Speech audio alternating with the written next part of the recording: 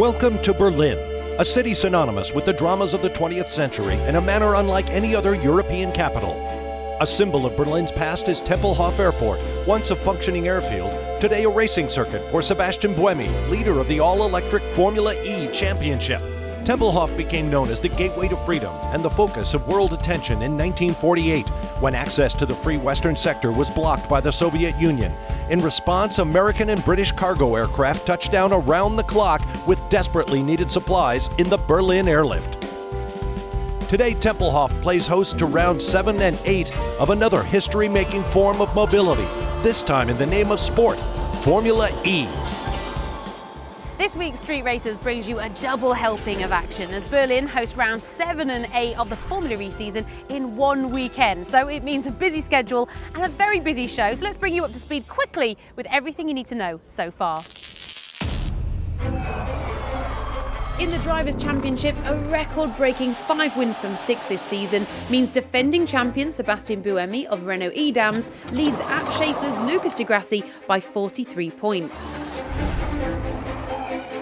Mahindra's 3rd place in the Constructors' title race has been helped by 4 podium finishes between rookie FELIX ROSENQVIST and home favourite Nick Heidfeld, who's on a hat-trick after his drives in Monaco and Paris. Elsewhere, Techeetah's Jean-Eric Vergne is now partnered by Stefan Sarrazin heading into the weekend. The Frenchman switched from Venturi after the sudden departure of Esteban Gutierrez to pursue IndyCar racing. That means Tom Dillman, who deputised for Venturi in place of local hero Maro Engel last time out, now becomes his permanent teammate for the rest of the season. Much to discuss then with my Berlin tour guide for the day.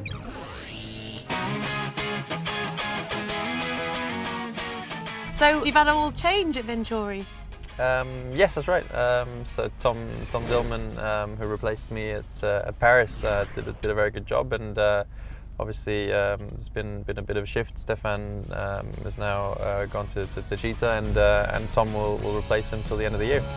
It's the Reichstag. Oh yeah. That's a really beautiful building. It's our parliament.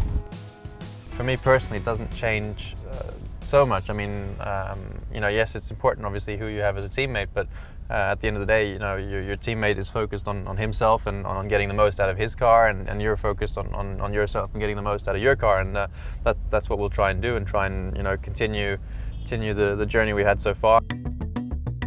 This is the Brandenburger Tor, so the Brandenburg Gate. Wow. That's probably the most famous monument in Germany.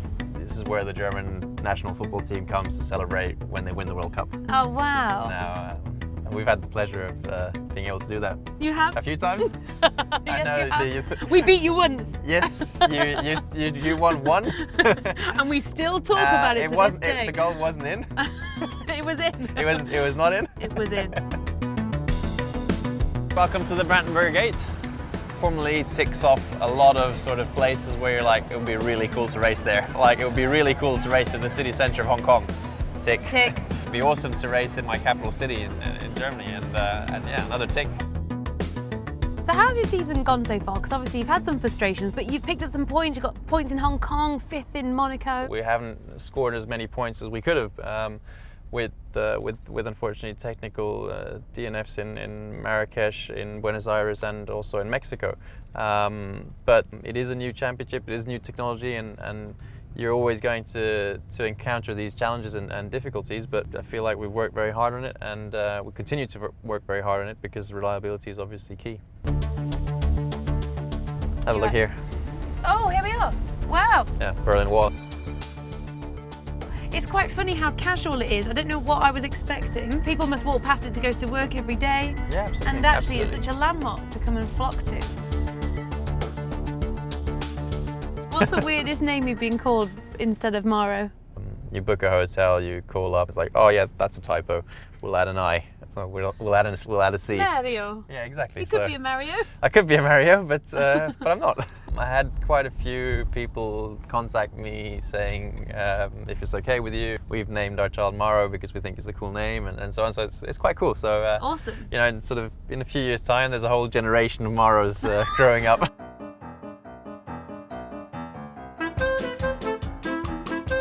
Here we are, Curry 36. Yes. Can't come to Berlin without having a currywurst. I'm so excited. Do we have a certain thing we have to order? Yeah, currywurst. 3-mal Currywurst mit Darm und einmal Pommes rot-weiß. What's cheers in German? You'd say guten Appetit. Guten Appetit. Guten Appetit. Here we go. The perfect way to end our tour of Berlin. Thank you so much, Maro. Thank you.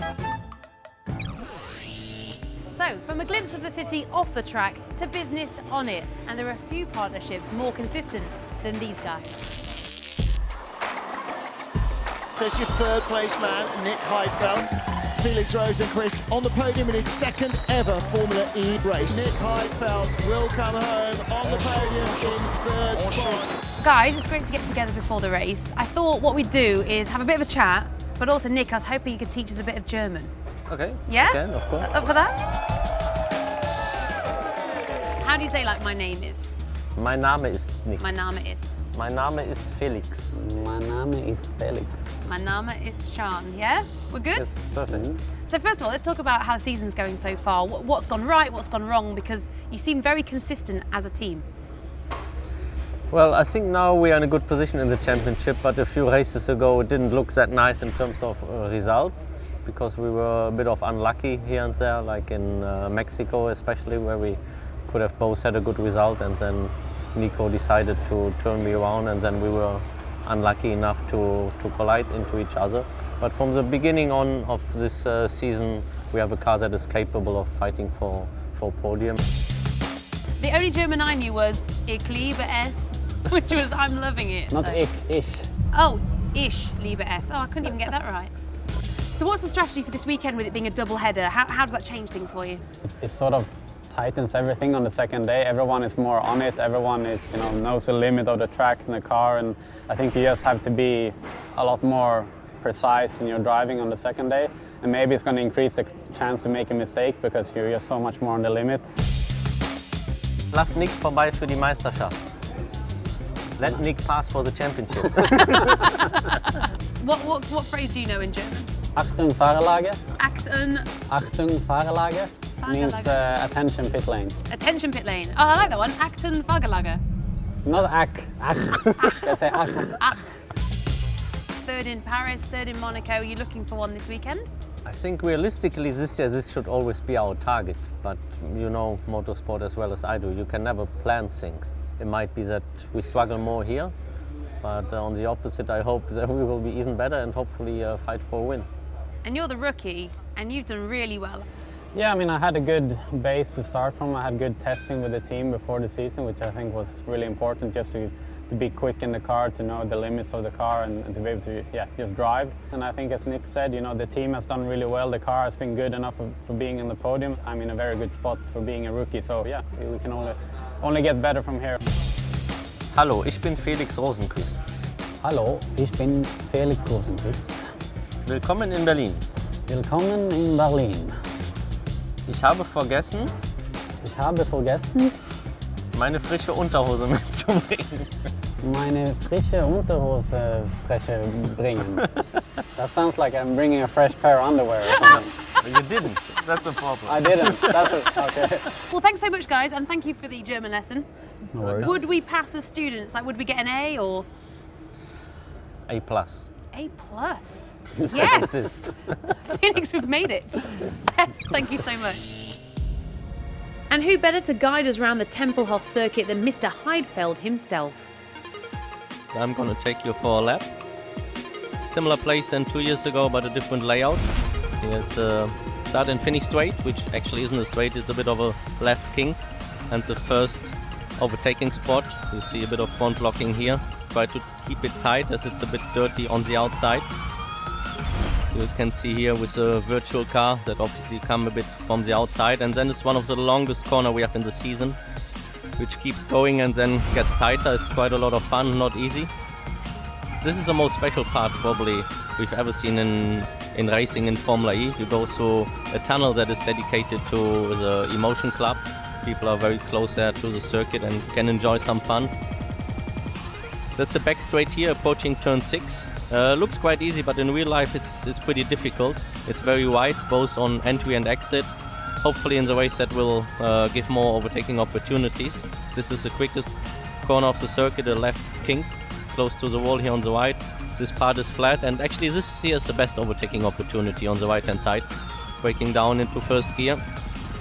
Too much understeer there always. Trying to fix that at the moment and then approaching the end of the lap. Here on the left you see the pit entry. Last corner is very long, quite difficult but good fun. Here you need good traction again, and then hopefully by the end you've done a good lap, especially for qualifying, where obviously I hope to put it on pole position for my home fans. Well, Nick's not in a bad position. We haven't got enough time to show you qualifying, but he sits in 4th place on the grid alongside his Mahindra teammate, FELIX ROSENQVIST. Now at the front of the grid, it's Jose Maria Lopez of DS Virgin, but pipping him by 1/1000th of a second is Lucas de Grassi from Abt Scheffler. That puts him in pole position for the 2nd time of the season. Now championship leader Sebastian Buemi sits at 14th on the grid, so let's see how round 7 played out. Away they go, and a very good start from the 2nd row. Really quick getaway from FELIX ROSENQVIST, and then Heidfeld's up in the 3rd. He's trying to defend the 2 DS Virgin purple cars. Got to move. Buemi's trying to go past the Yes, it's a long send down the inside into the hairpin. He telegraphed that way in advance. Buemi is trying to attack D'Ambrosio here. Yeah. They've got a little bit of history, But again, and there we go.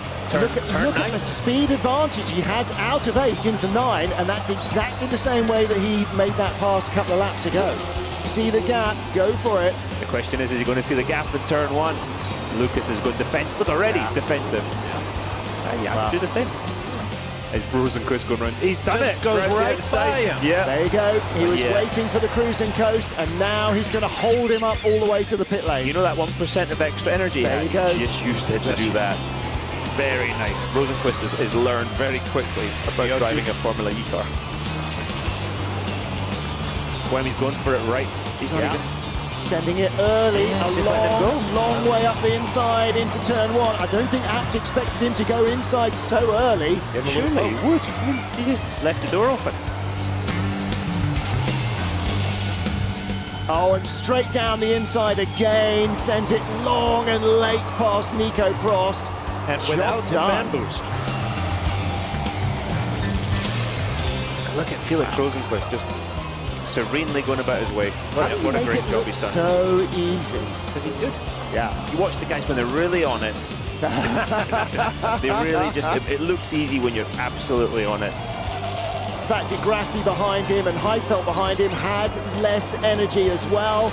But the checkered flag awaits, and it is a monumental day for FELIX ROSENQVIST. To be honest, these guys made such a fantastic car for this weekend that I don't even feel exhausted. It was just such a good race, such under control. Yeah, just unbelievable. It was nothing went wrong, just a little lockup in the last hairpin, and that's it. I was able to enjoy the whole race. It was just fantastic. Confirmation then of FELIX ROSENQVIST taking the victory with Lucas de Grassi 2nd and Nick Heidfeld 3rd. But there was still more late drama.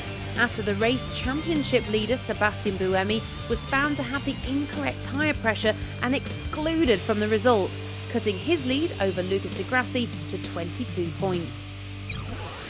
So, first blood in Berlin goes to FELIX ROSENQVIST, but after the break, it all starts again as we go green for the 2nd time in 24 hours. This week, Street Racers is seeing double as Berlin hosts round 7 and 8 of the Formula E Championship in consecutive days. Mahindra's FELIX ROSENQVIST has already claimed the first victory of the weekend, but what of the championship leader Sebastian Buemi, who suffered a post-race disqualification? Championship leader Sebastian Buemi had a down and up and then down day. Having qualified an uncharacteristic P14, it was a case of damage limitation. He drove a controlled but aggressive race, first passing Sarrazin, then D'Ambrosio, both in turn 9 with fantastic moves. Next came Oliver Turvey at his favourite spot again, turn 9, Maro Engel in the Venturi, Daniel Abt, and finally he passed Sam Bird, ultimately finishing P5, but then the big news last night was the disqualification of championship leader Sebastian Buemi. his tyre was below minimum pressure. Had that happened pre-race, you could have said, yeah, a small mistake. But all 8 tyres were below minimum pressure after the race. Was there an advantage gained? In my opinion, absolutely there was, because it kept the tyre in its sweet spot for longer during the race, because that allows more grip when the tyre is in its operating window. As the wheel spin increases as the race goes on, it then brings the pressure even further up, brings the temperature up, and it's a vicious circle. By having a lower tyre pressure, these guys avoided that for longer in the race, so an advantage gained. Unfortunately, he was disqualified, and he's up against it today. After a setback like that, a good start for Buemi in round 8 will be crucial. An already tense day can unravel in just a few seconds, and drivers have different strategies as they launch towards the first corner.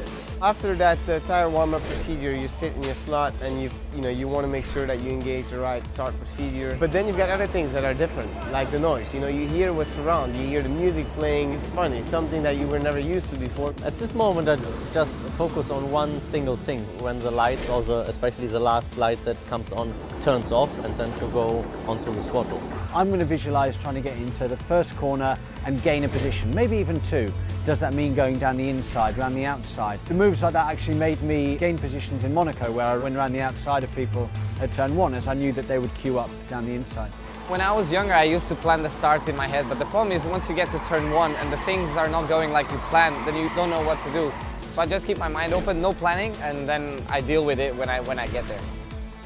Drivers want to take advantage of the immediate torque available, stay out of trouble and react quickest up and down the grid as they look to exploit any opponent weakness off the start.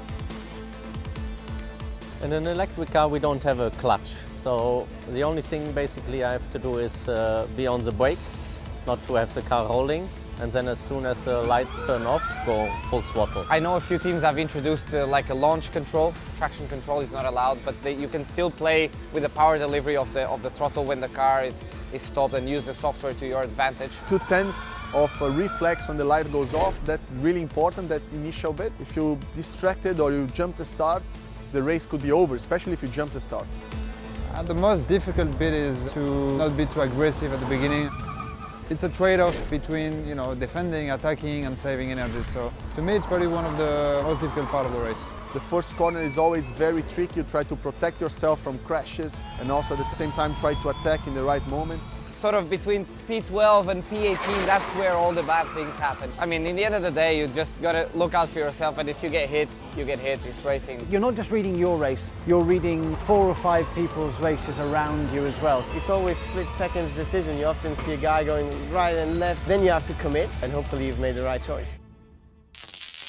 While a good start is crucial, so is managing the car's energy. Here's our tech specialist Mark to explain one way to maximise this.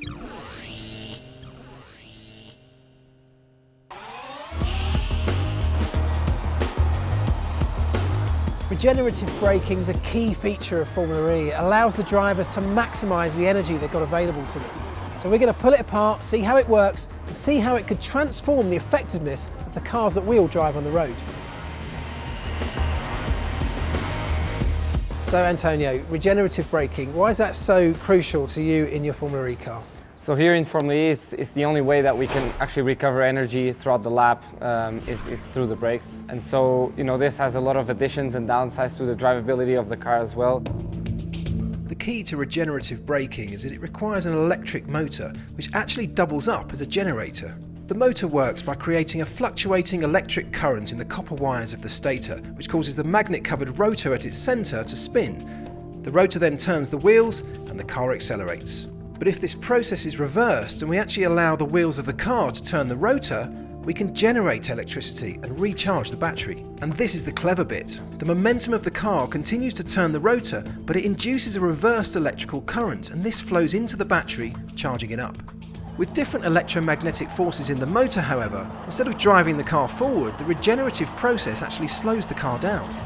On a typical street circuit that we go to in Formula E, how much energy can you actually recover and put back into the battery? So basically, if we do a lap flat out, our consumption that lap in terms of kilowatts is roughly 1.8, 1.9 in this track. Our consumption per lap, it needs to be like 1.2, so we need to save like 0.6. So that's how much we target to recuperate each lap. So the more you need to regen and to recuperate, the bigger loss in lap time. Physically, inside the car, what are you doing? Are you just stamping on the brake pedal, or is there more to it than that? Ideally, for lap time, you just be flat out and brake before a corner. But this, in Formula E, is not the case. We have to do a lot of lift and coast. So before the braking, we lift and let the car sail for a little bit. And then when we brake, we obviously regenning. We can tune how much regen we want when we come off the throttle. It's like an engine braking kind of thing. If you're in 5th gear in a road car, you downshift to 4th gear, we get the revs higher, and this gives you more engine braking, so we can tune that as well. What's really exciting to think about is just how far this developing technology will push this in the future. As Andretti and the other Formula E teams refine regen braking and come up with more efficient systems, we're going to see a real revolution in the electric cars on our roads. So let's see who's working their regen to the max as we prepare for round 8. FELIX ROSENQVIST carried on where he left off by following up his round 7 win with a pole in race 8. Alongside him, Sebastian Buemi. No errors in qualifying this time for a front row start. It's the 2 DS Virgin cars of Jose Maria Lopez and Sam Bird on the 2nd row, and right at the back of the grid, Nick Heidfeld, after an electrical fault meant Mahindra start first and last. Away we go, the Berlin E-Prix is underway, and the pole position man, FELIX ROSENQVIST, heads the charge in the red and white Mahindra. The Berg and Lopez twosome again, the purple DS Virgin cars, wheel to wheel. Here's a move from Heidfeld, sorry. Ended up dead slow, yeah. Heidfeld up 3 or 4 spots already in that red and white Mahindra, and he goes by Adam Carroll. And we've got a pass. Yes. Lucas Di Grassi goes by Oliver Turvey. There's Heidfeld. Now, if he can't pass it any further, if he has to save and save and save to get to the midpoint, then that's fine, because if he can attack, he sure knows how to defend as well. Bird goes long around the outside. Lopez is still there. Do not hit your teammate. It's rule 1 of racing. The golden rule. And Bird's lost a couple of places. Take a look again, Dario. So you see the pace difference, and they both start accelerating, and then we get Pucito actually hits Sam and knocks him. Now, this is an issue when you've got 2 cars nose to tail. For Mahindra, 1 car comes in, chances are ROSENQVIST will be released before his teammates even got to the pit lane, and Jean-Eric Verne needs a clean release. He got a penalty, it cost him a good race yesterday. Buemi's ready to go. He's closest to the end. The Mahindras trip over each other. Exactly what ROSENQVIST didn't need, but he's still in front of Buemi. Buemi can't be released across his bows. So somehow, now, the penalty... If Jean-Eric Verne got a penalty for an unsafe release yesterday, then absolutely ROSENQVIST must get one. Whether it was his teammate or not, there was almost a pit lane collision. And there's Di Grassi again. Look how loose it Jean-Eric got. And Verne gets in really deep. What a move. That wasn't close enough to do what he wanted to do, which was slip through the open gap as well. Penalty has been awarded to FELIX ROSENQVIST, a 10-second penalty for unsafe release. Now, why 10? Because do they sort of rank it in terms of how much avoiding action the car had to take? Because I think an unsafe release is an unsafe release. FELIX ROSENQVIST, he's got enough energy to get to the line, but a 10-second penalty weighing him down, and that means although he will be first at the checker, it is Sebastian Buemi who's in 2nd place who will get the points. Yeah, I mean, I'd like to congratulate him because I feel like he's the real winner today. So, you know, yesterday I got disqualified, lost 10 points. So today, basically, I'm very happy, you know, to get a little bit lucky again. That 10-second penalty costing FELIX ROSENQVIST a 2nd win in a row. Instead, he settles for 2nd, but moves up to 3rd in the overall standings, behind Lucas Di Grassi, while Sebastian Buemi takes win number 6 of the season to finish the weekend 32 points clear. So, 2 wins in 2 days, where FELIX ROSENQVIST twice took the checker flag. Once again, it's Sebastian Buemi who gets the final word as he extends his lead in the championship. We'll see you next time.